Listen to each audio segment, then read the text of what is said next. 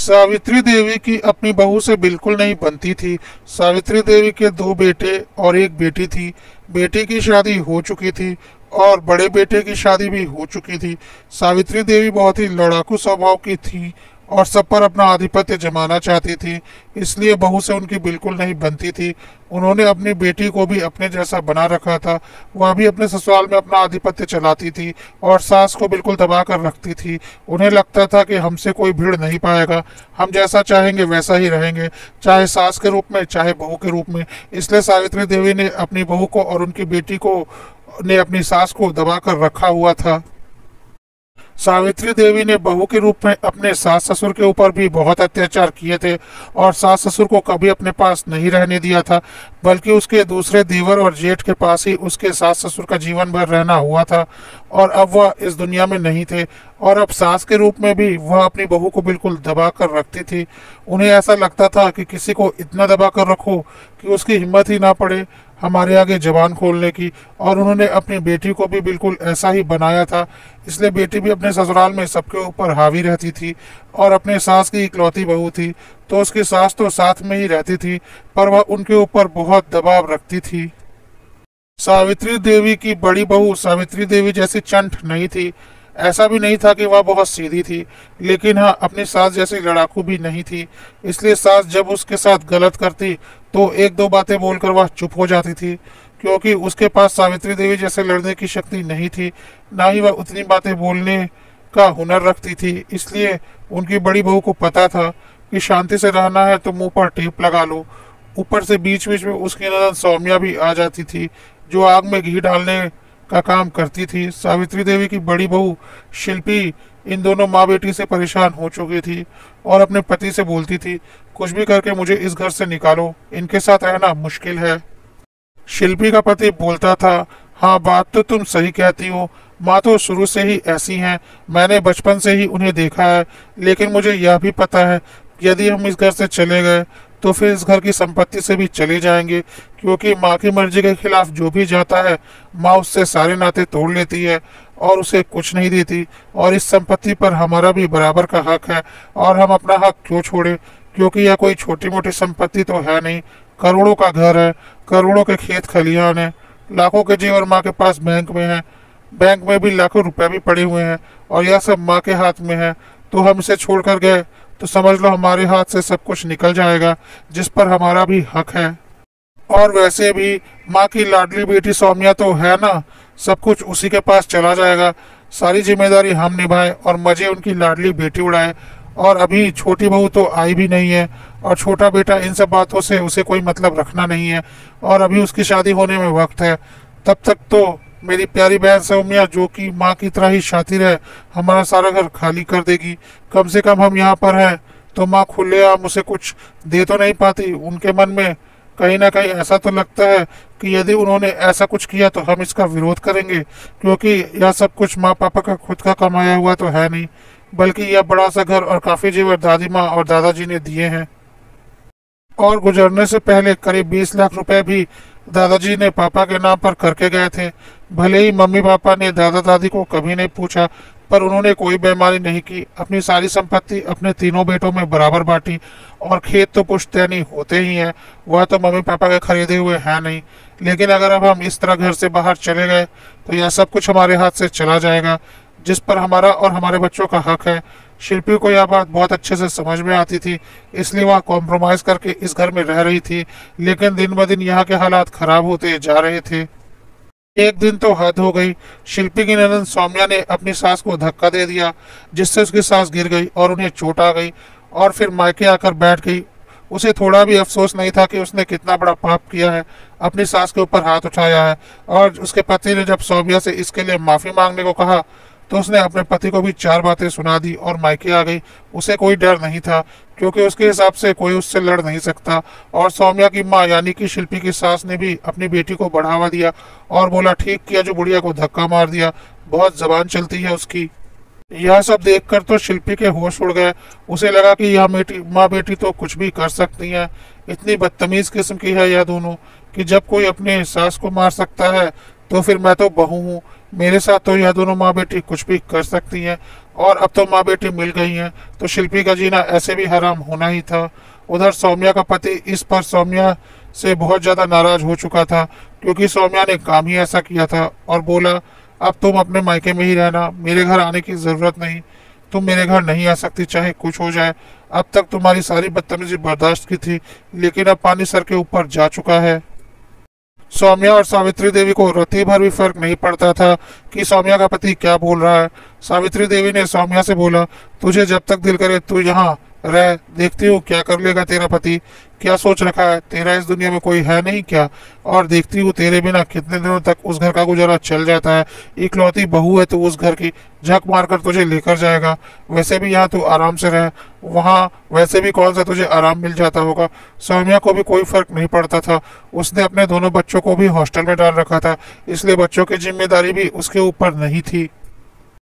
अब दोनों माँ बेटी ने मिलकर शिल्पी का जीना मुश्किल कर रखा था। एक तो ऐसे ही दिन भर कितने काम होते थे, ऊपर से इन दोनों के ताने। शिल्पी का दिमाग अब खराब होने लगा था और उसकी सहन शक्ति जवाब दे रही थी, पर उसे लगता था जब वह अकेली सावित्री देवी से निपट नहीं पाती थी, तो अब सावित्री देवी और सौम्या दोनों का सामना वह कहाँ से कर पाएगी।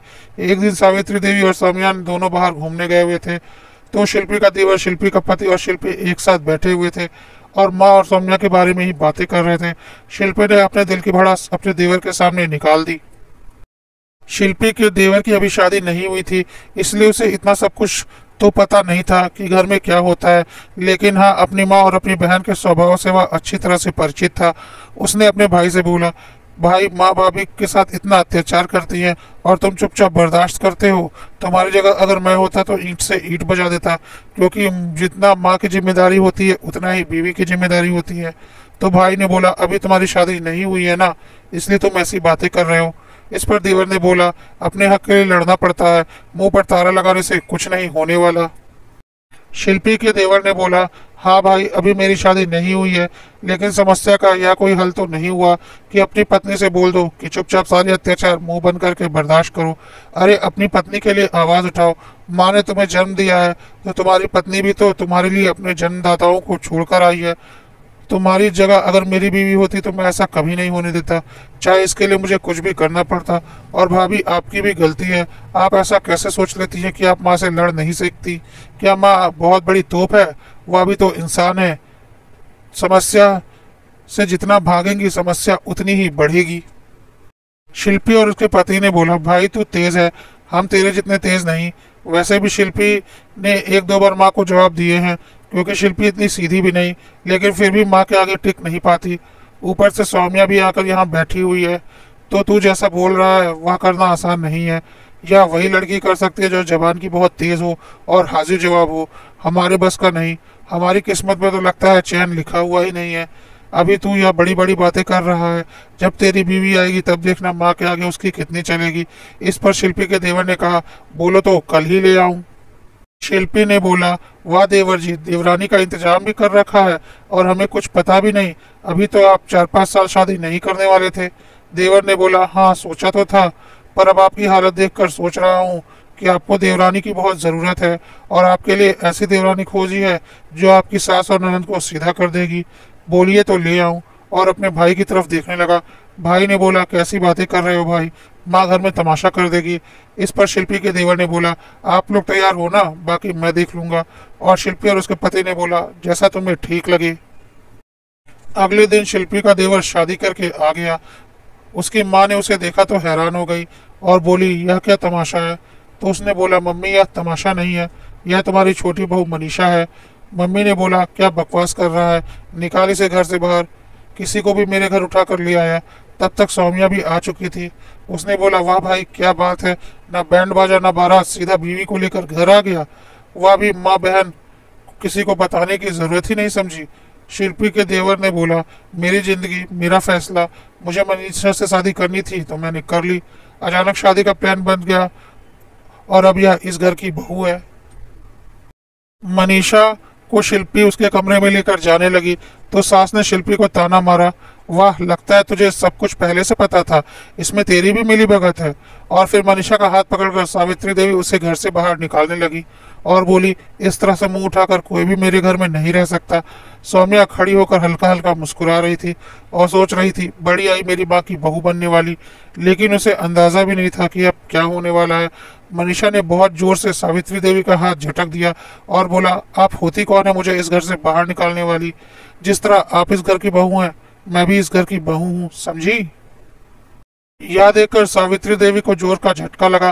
पहली बार सावित्री देवी को किसी ने जवाब दिया था, वह भी इतना तगड़ा। वह कुछ बोलती उसके पहले ही सौम्या ने बोला, यह घर मेरी माँ का है, तुम होती कौन हो यहाँ रहने वाली? चुपचाप यहाँ से निकलो। भिखारी, हिम्मत कैसे हुई मेरी माँ से ऐसी बात करने की? तो मनीषा ने बोला, और तुम कौन हो जो हमारे घर पर कब्जा जमा कर बैठी हुई हो? अपना घर बार नहीं है क्या? सड़क की भिखारी हो क्या? अब तो सौम्या को लगा, यह कौन सी नागिन उठाकर ले आया है उसका भाई, जिसके पास हर बात का जवाब है। आते ही इसने हेकड़ी दिखानी शुरू कर दी है। इससे तो निपटना थोड़ा मुश्किल है। मनीषा ने अपनी सास और सौम्या को अनदेखा करते हुए शिल्पी से कहा, भाभी मुझे मेरा कमरा दिखा दीजिए। आपने इन फालतू लोगों की बकवास और हेकड़ी सही होगी, मैं नहीं सहने वाली। मेरा भी इस घर पर उतना ही हक है जितना बाकियों का। शिल्पी चुपचाप मनीषा को लेकर उसके कमरे में चली गई। पीछे पीछे शिल्पी का देवर भी आ गया। शिल्पी मनीषा को लेकर कमरे में पहुंचते ही धड़ाम से सोफे पर बैठ गई और बोली, बाप रे देवर जी, यह कैसी लड़की से शादी करके लाए हैं आप? और मनीषा की ओर देखकर बोली, मनीषा तुम ऐसा कैसे बोल सकती हो, वह भी पहली बार में मिलिट्री से आ रही हो क्या सीधी? और मनीषा हंसने लगी। मनीषा ने शिल्पी से बोला, भाभी आपके देवर ने मुझे आपके घर का सारा हाल बता दिया और बोला कि हमें आज ही शादी करनी होगी मेरे घर के हालात ठीक करने के लिए, क्योंकि मेरी भाभी के बस का नहीं। वैसे भी एक से भले दो, मेरे मम्मी पापा ने भी परमिशन दे दी तो हमने शादी कर ली। अब आपको भी मेरा साथ देना पड़ेगा इन माँ बेटी को सुधारने में, क्योंकि इस तरह से जीवन काटना बहुत मुश्किल है और इस धरती पर कोई किसी का गुलाम तो होता नहीं जो गुलामी की जिंदगी काटे। सबके अपने अपने हक होते हैं और वह उन्हें मिलने ही चाहिए। जहाँ पर अत्याचार होता है वहाँ उसका जवाब देना तो बनता है। शिल्पी ने बोला, चलो जैसा तुम दोनों को ठीक लगे, मैं तुम दोनों के साथ हूँ। अगले दिन सुबह सुबह मनीषा रसोई में गई। शिल्पी अकेले वहाँ पर नाश्ता बनाने की तैयारी कर रही थी तो मनीषा ने बोला, भाभी सौम्या कहाँ पर है? जब वह इस घर में रहती है तो उसे भी इस घर के कामों में हाथ बटाना चाहिए। तो शिल्पी ने बोला, कैसी बातें कर रही हो, वह तो महारानी है, वह इस घर में हाथ बटाएगी? ऊपर से ननंद, ननंद भला कोई काम करती है? तो मनीषा ने बोला, हाँ, अगर ननंद ससुराल में मेहमान बनकर 2-4 दिन के लिए आई है तब तो कोई काम नहीं करती और उसका आदर किया जाता है, लेकिन अगर मायके में ही जमी हुई है तो काम तो करना ही पड़ेगा। शिल्पी ने बोला, लगता है फिर कोई तूफान लाने का इरादा है। तो मनीषा हंसने लगी और बोली, बस मेरा साथ देते रहिएगा, डर के मारे पीछे मत हो जाइएगा। और शिल्पी हंस दी। उसके बाद मनीषा सीधे सौम्या के रूम में गई और उसका कंबल खींचती हुई बोली, सुबह के 7 बज रहे हैं, आप अभी तक सो रही हैं? नाश्ता कौन बनाएगा? सबको भूख लगने को आई और आपकी नींद ही पूरी नहीं हुई। तो सौम्या ने बोला, पागल हो क्या, मैं क्यों नाश्ता बनाऊंगी, भाभी बनाएंगी, तुम बनाओ, तुम लोगों का फर्ज है। तो मनीषा ने बोला, हाँ फर्ज तो यह बहू का ही होता है, लेकिन अब आप तो इस घर की बहू है नहीं और इस घर पर बोझ बनकर पड़ी हुई हैं, तो काम तो करना पड़ेगा। मनीषा की बात सुनकर सौम्या के तन बदन में आग लग गई। वह सीधा शिल्पी के पास गई और बोली, भाभी आप मेरा नाश्ता बना दो, इस पागल औरत से क्या कहना, मेरे से बराबरी करने आई है। तो शिल्पी ने बोला, सौम्या दीदी, मैं कोई आपकी नौकर नहीं हूँ, बहुत दिनों से आपको बैठा कर खिला लिया, अब आपको इसी घर में रहना है, ससुराल तो जाना नहीं है, तो काम तो करना ही पड़ेगा। मनीषा कुछ गलत नहीं बोल रही, चुपचाप किचन में लग जाइए, और अगर यहाँ पर रहना है तो घर के काम में हमारा हाथ बटाना पड़ेगा, आपको मुफ्त की रोटियां नहीं मिल सकती। शिल्पी से ऐसे जवाब की उम्मीद नहीं थी सौम्या को। सौम्या तुरंत सावित्री देवी के पास गई और जाकर उन्हें सारी बात बताई। सावित्री देवी ने बोला, अच्छा, आज तक हमने अपनी सास और बहू को दबा कर रखा, अब हमारी बहू की इतनी मजाल की हमारे ऊपर हुक्म चलाने की कोशिश कर रही है। उन्होंने अभी हमारा असली रंग देखा कहाँ है? यह बोलकर सावित्री देवी किचन की तरफ आई और शिल्पी का हाथ पकड़कर जोर से बोला, इसे तो मैं नहीं जानती, पर तू तो इस घर की बहू है, हिम्मत कैसे हुई अपनी ननद से इस तरह बात करने की? शिल्पी थोड़ा डर गई, लेकिन मनीषा ने उसे आंखों से इशारा किया तो शिल्पी ने जोरदार झटके से सावित्री देवी का हाथ झटक दिया। सावित्री देवी को जोर का झटका लगा। उन्हें शिल्पी से ऐसी उम्मीद नहीं थी। शिल्पी ने तेज आवाज में कहा, मैं नौकर नहीं हूँ आपकी बेटी की, अब तक आपकी बहुत हेकड़ी सह ली मैंने, आप लोगों की अब मैं और नहीं सहने वाली। अब तक मैं इसलिए चुप रहती थी क्योंकि मैं आप लोगों से फालतू की लड़ाई नहीं लड़ सकती थी, लेकिन चुप रहने का भी कोई फायदा नहीं। आप लोग तो सुधरने वाले नहीं, अब मुझे ही सुधारना पड़ेगा। और जब सौम्या दीदी यहाँ इतने दिनों से पड़ी है और अभी भी कोई ठिकाना नहीं कि वह अपने ससुराल जाएंगी या नहीं, तो घर का काम तो करना ही पड़ेगा। हम उनके नौकर तो है नहीं। सावित्री देवी ने अब मनीषा की तरफ देखा और बोला, यह सब तेरी करतूत है। तेरी वजह से ही मेरी बड़ी बहू आज मेरे आगे जबान चलाने लगी है। चल चुपचाप निकल मेरे घर से। मुंह उठाकर चली आई। तेरे बाप का घर है क्या? सावित्री देवी को लगा मनीषा डर जाएगी, तो मनीषा ने बोला, तो क्या आपके बाप का घर है जो यहाँ जमकर इतने सालों से बैठी हुई है? जिस तरह से आपके पति के साथ ब्याह करके आप इस घर में आई थी, मैं भी अपने पति के साथ ब्याह करके इस घर में आई हूँ। तो जितना हक आपका इस घर में है, उतना ही हक मेरा भी इस घर में है। ना यह आपके बाप का घर है, ना यह मेरे बाप का घर है, यह हमारे पतियों के बाप का घर है। अब सौम्या ने बोलना शुरू किया, तो क्या यहाँ राशन तेरा बाप देता है जो यहाँ हुक्म चला रही है? कौन क्या काम करेगा, कौन क्या खाएगा? तो मनीषा ने बोला, मेरा बाप तो नहीं, लेकिन मेरा और भाभी का पति जरूर देता है। आप यहाँ मुफ्त की रोटियां किसकी वजह से तोड़ रही हैं? क्या आपके बाप के पैसों का राशन यहाँ पर आ रहा है? जी नहीं, इस घर का राशन पानी दोनों भाई लेकर आते हैं। तो हम तो मुफ्त की रोटियां नहीं तोड़ रहे हैं, अपने पतियों के पैसे का खा रहे हैं। लेकिन आप जरूर मुफ्त की रोटियां तोड़ रही हैं, क्योंकि बेटे के ऊपर माँ की जिम्मेदारी होती है, ना कि शादीशुदा बहन की। समझ गई? सौम्या ने बोला, जितना हक तुम्हारा और तुम्हारे पतियों का इस घर पर है ना, उतना ही हक मेरा भी है। यह मत भूलो, मैं भी बराबर की हिस्सेदार हूँ। तो मनीषा ने बोला, हाँ हमें पता है। तो जाकर अपना हिस्सा लो और अपनी जिम्मेदारी संभालो। हमारे ऊपर बोझ बनकर क्यों बैठी हुई हो? हिसाब माँ बाप की संपत्ति में होगा ना, ना कि भाइयों की संपत्ति में। इस घर के बिजली का बिल, राशन पानी, साबुन, शैम्पू, दूध, दही, फल, सब्जियां, साफ सफाई, दाई नौकर के पैसे, धोबी के पैसे, केबल के पैसे, यह सब हमारे पति मिलकर देते हैं और उन पैसों पर तुम्हारा कोई हक नहीं है। तो अपना हिस्सा लो और अपना इंतजाम करो। हमारे ऊपर बोझ क्यों बनी हुई हो? सावित्री देवी को मनीषा की बातें सुनकर जोर का झटका लग गया और अब उन्हें कुछ कुछ समझ में भी आ गया था कि मनीषा से उलझ पाना इतना आसान नहीं। शिल्पी तो इतनी बातें सुनकर चुपचाप अपने रूम में चली जाती थी, पर मनीषा को तो हर बात का माकूल जवाब देने में माहिर है। सौम्या भी मनीषा की बातें सुनकर चुप हो गई और चुपचाप अपने रूम की तरफ जाने लगी। लेकिन मनीषा ने बोला, अगर नाश्ता चाहिए तो काम भी करना पड़ेगा, नहीं तो अपना इंतजाम कर लो। यहाँ मुफ्त की रोटियां नहीं तोड़ सकती। मैं और भाभी नाश्ता बना रहे हैं, लेकिन उसमें तुम्हारा नाश्ता नहीं होगा। आगे तुम खुद समझदार हो। सौम्या के अहम ने उसे किचन में काम नहीं करने दिया। उसने अपने लिए नाश्ता ऑर्डर कर लिया, लेकिन इस तरह से बाहर का खाना वह कितने दिनों खा सकती थी? सावित्री देवी भी चाहकर भी कुछ नहीं कर पा रही थी, क्योंकि उनकी दोनों बहुएं उनकी कोई भी बात मानने को तैयार नहीं थी। 2 दिन तक सौम्या ने बाहर का खाना खाया। शिल्पी को लग रहा था कि यह सब हम गलत कर रहे हैं, लेकिन मनीषा ने बोला, गलत तो को गलत तरीके से ही सुधारना पड़ता है, आप चिंता मत करो। तीसरे दिन सौम्या चुपचाप रसोई में आई अपने लिए रोटी बनाने, लेकिन मनीषा तब तक वहां पहुंच चुकी थी और बोली, आटा गैस वगैरह सब हमारे पैसों का है, आप इसे इस्तेमाल नहीं कर सकती। अगर घर का खाना खाना है तो खाना बनाने में मदद भी करनी पड़ेगी। और अगर आप यह सोच रही हैं कि अपने लिए रोटियां बनाकर खा लेंगी और कोई काम नहीं करेंगी, तो यह नहीं होने वाला। हाँ, आज से ही हमने दाई को भी मना कर दिया है, क्योंकि आपके कमरे की सफाई की जिम्मेदारी आपकी है, ना कि हमारी। दाई के पैसे हम देते हैं, तो फिर वह बाकी घर की सफाई करेगी, लेकिन आपको अपना कमरा खुद साफ करना पड़ेगा। हमने आपका ठेका नहीं लिया हुआ है। और अपने रूम के वॉशरूम से में साबुन शैम्पू वगैरह भी आपको खुद लाने होंगे, हमने उसका ठेका भी नहीं लिया हुआ है। आपके खर्च है, आप जानिए, हमें उससे क्या।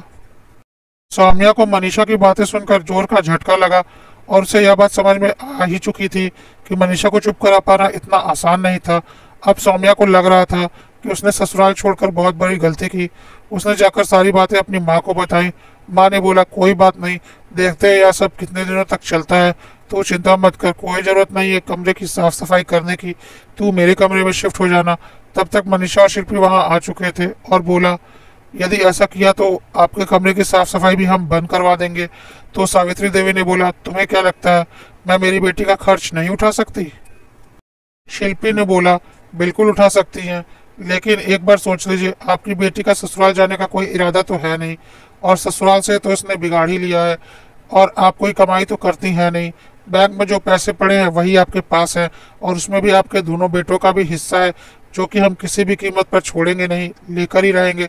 क्योंकि हमारा बराबर का हक बनता है और अपना हक हम क्यों छोड़े।